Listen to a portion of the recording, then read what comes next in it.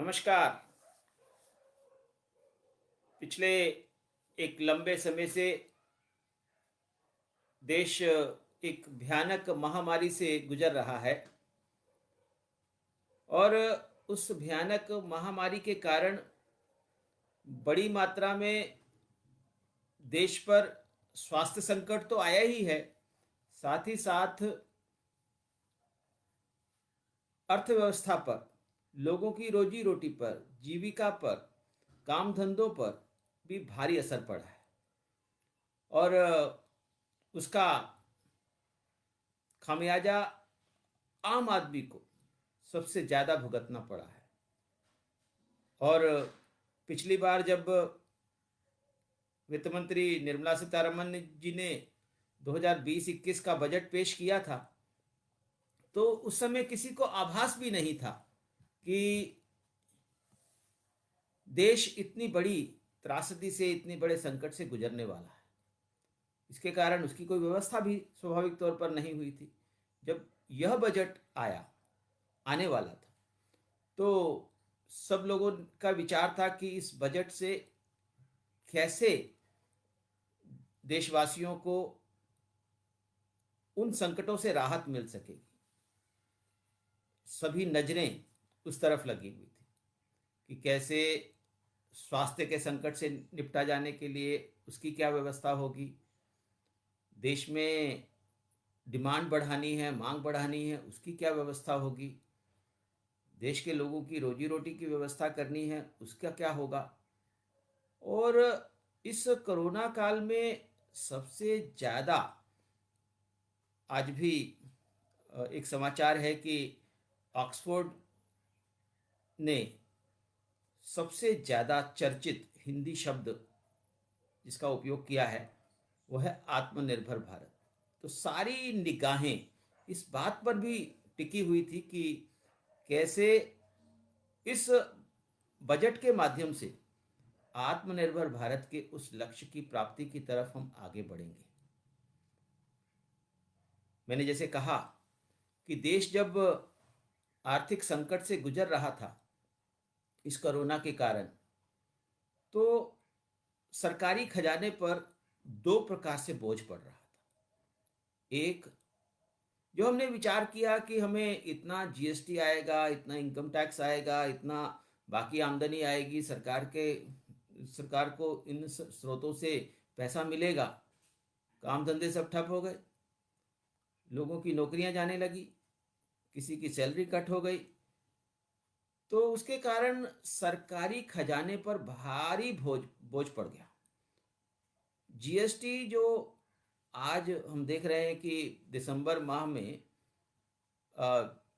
1,15,000 करोड़, जनवरी में 1,20,000 करोड़, यानी जहां 1,15,000-20,000 करोड़ रुपए की आमदनी होनी चाहिए थी, जीएसटी से मात्र 35,000 करोड़ रुपए की आमदनी रह गई अप्रैल माह में। तो समझ सकते हैं कि सरकारी खजाना किस प्रकार से मुश्किल में आ गया। दूसरी तरफ खर्चे, आपको जो काम धंधा नहीं कर पा रहे हैं उन लोगों के लिए भोजन की व्यवस्था करनी है, जो लोगों की नौकरी चली गई उनके लिए कोई काम धंधा खोजना है। यहाँ से सब मजदूर, जो प्रवासी मजदूर हैं, अपने अपने गांवों की तरफ चले गए, गांवों में जा कर के क्या करेंगे, उनकी व्यवस्था करनी है। तो उसके लिए लगातार सरकार लगी रही और कई प्रकार के सहायता पैकेज सरकार लेकर के आई, जो पहले विचार भी नहीं किया था। एक तरफ पैसा आमदनी नहीं हो रही, दूसरी तरफ खर्चे लगातार बढ़ते जा रहे हैं।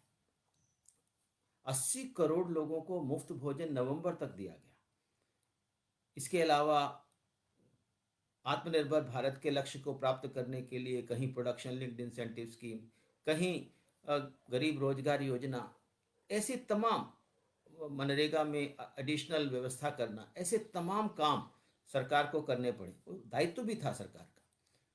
तो स्वाभाविक था कि जो पिछले वर्ष जो जिस प्रकार से हमने बजट में राजकोषीय घाटे की व्यवस्था की थी, वो जीडीपी के 3.5% के बराबर था और हम उसको धीरे धीरे करके और कम करने की तरफ आगे बढ़ रहे थे, ताकि सरकार पर कर्ज का बोझ आगे ना बढ़े, सर ज़्यादा नोट ना छापने पड़े, इन्फ्लेशन ना हो, मुद्रास्फीति ना बढ़े, कीमतें ना बढ़े, इस सब की व्यवस्था कर रहे थे। लेकिन इस सारे संकट के कारण जो 3.5% का राजकोषीय घाटा था, इस बार जब वित्त मंत्री ने बजट पेश किया तो वो 9.5% पर पहुंच गया। सामान्य तौर पर अगर ऐसा बजट घाटा कोई वित्त मंत्री दिखाते तो उसकी बहुत बड़ी आलोचना होती, लेकिन इस संकट का समय है। और हमने देखा कि कैसे हमारे रेवेन्यूज, जीएसटी हो, इनकम टैक्स हो, कॉर्पोरेट टैक्स हो, सभी रेवेन्यूज प्रभावित हुए। अगले साल में क्या होगा?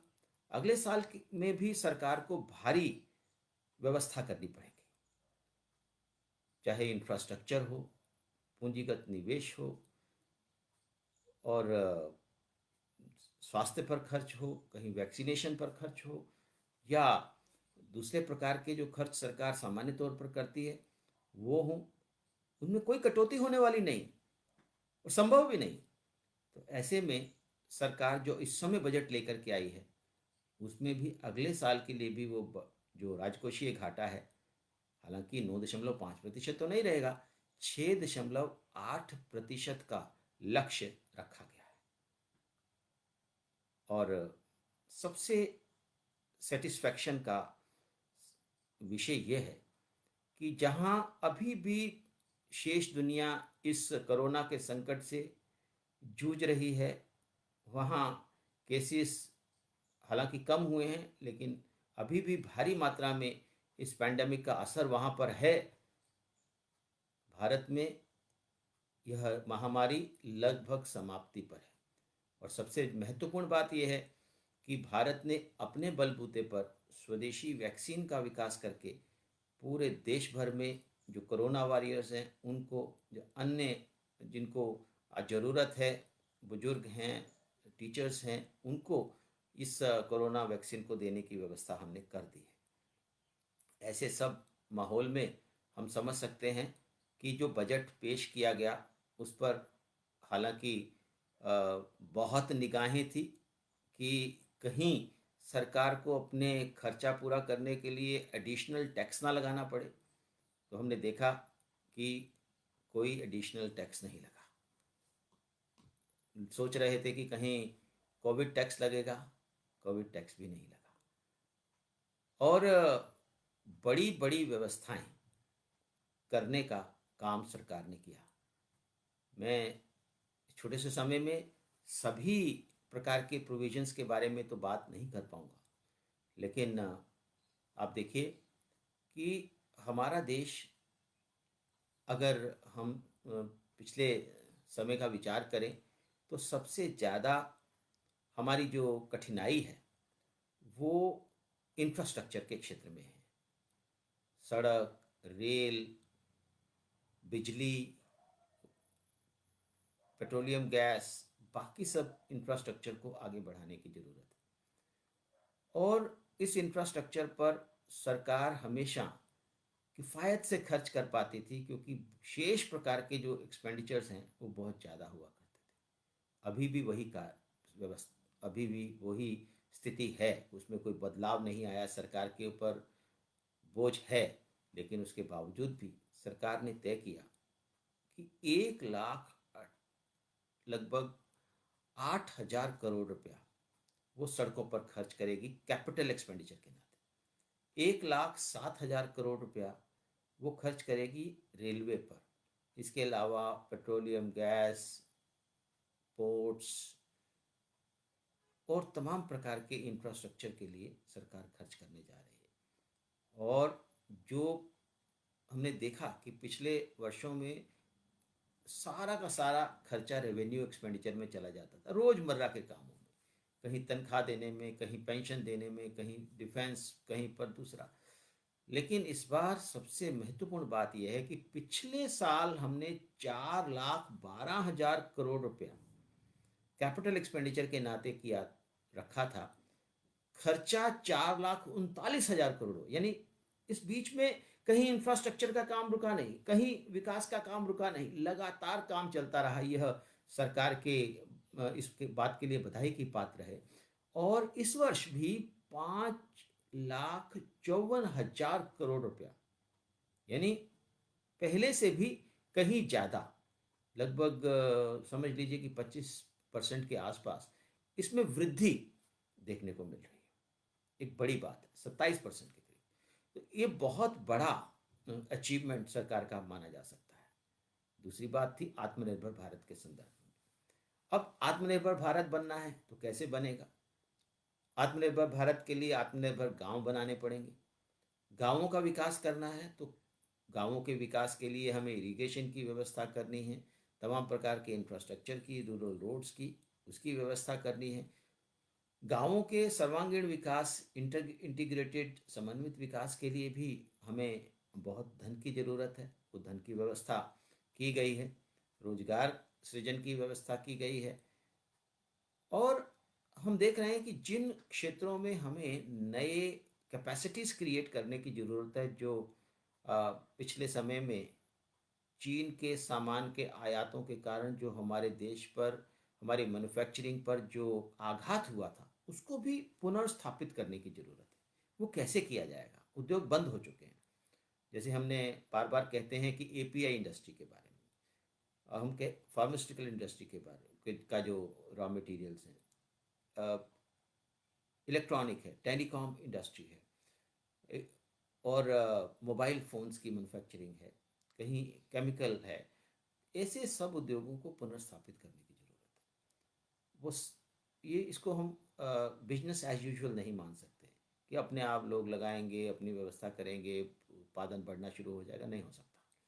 इसके लिए सरकार को प्रोडक्शन लिंक्ड इंसेंटिव स्कीम लाने की ज़रूरत पड़ी।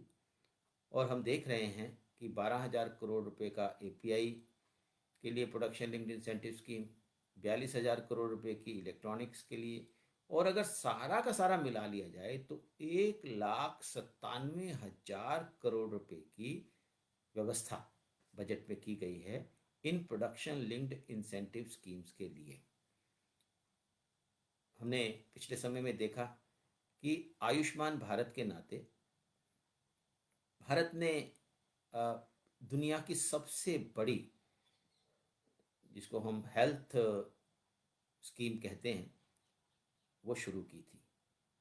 जानते हैं कि किसी को कोई भयंकर बीमारी लग जाए तो बड़े बड़े कॉरपोरेट हॉस्पिटल्स में उसका सारा का सारा जो सेविंग्स है, बचत है, उसकी जो संपत्ति है, सब बिक जाती है। ऐसे में क्या किया जाए? जरूरी है कि सरकार उसकी व्यवस्था करे। तो सरकार व्यवस्था कैसे करेगी? तो सरकार के पास तो हॉस्पिटल्स बहुत कम थे, तो ये सोचा गया कि सरकार उसकी इंश्योरेंस की व्यवस्था करके अलग अलग प्रकार से ट्रस्ट मॉडल लेकर के आए। तमाम प्रकार के उसमें डिटेल्स में जाने की आवश्यकता नहीं है, लेकिन 10 करोड़ परिवारों को आयुष्मान भारत के नाते सेकेंडरी एंड टर्शरी ट्रीटमेंट की व्यवस्था की गई।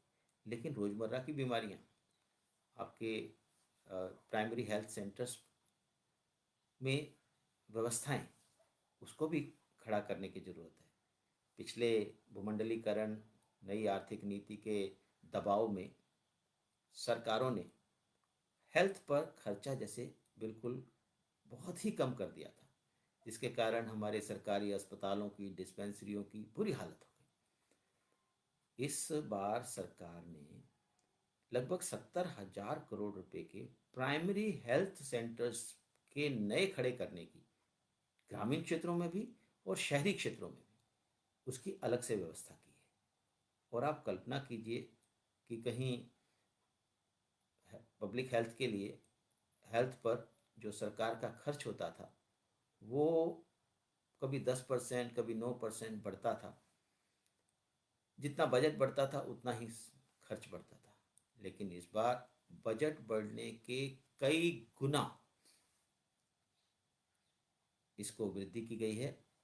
137% की वृद्धि, एक बहुत बड़ी वृद्धि की गई है, जिसके माध्यम से पब्लिक हेल्थ की व्यवस्था की जाएगी।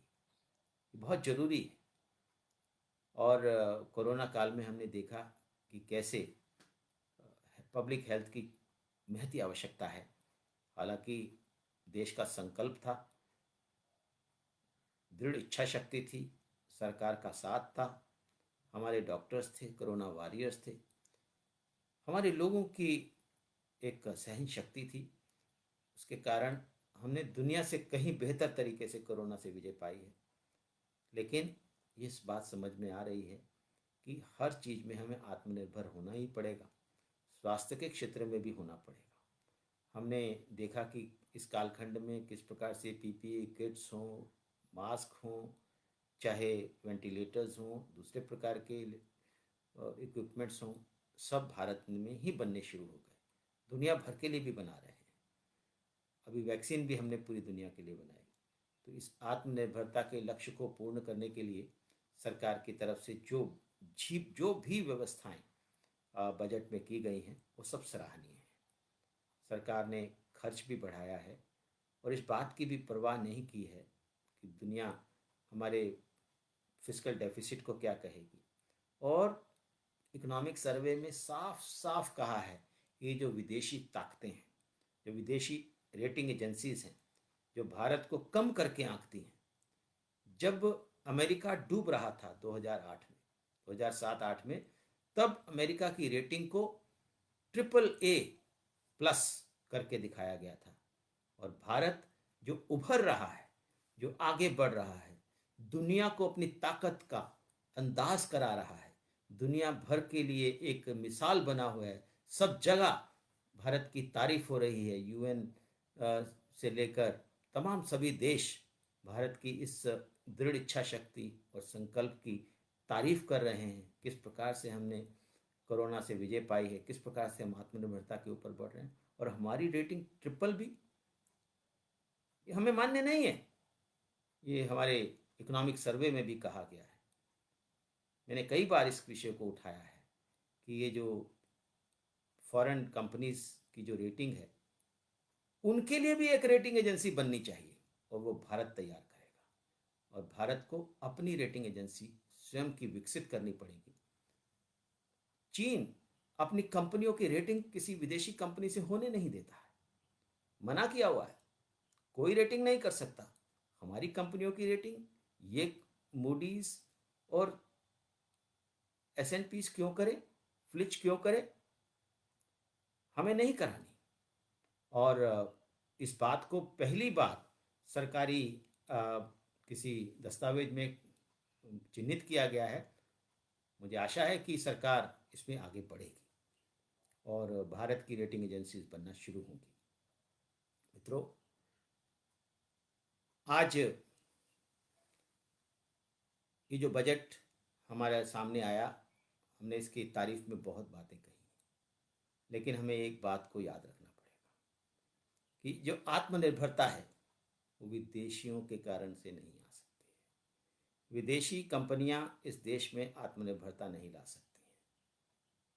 अगर आत्मनिर्भरता आएगी तो हमारे बलबूते पर आएगी, हमारी क्षमता पर आएगी, हमारी प्रज्ञा से आएगी, अपने संसाधनों से आएगी। और इस बजट में कुछ ऐसी बातें हैं जिनके बारे में सरकार को पुनर्विचार करना चाहिए। बहुत दिनों से FDI के बारे में स्वदेशी जागरण मंच लगातार अपना विषय उठाता रहा है। इस बजट में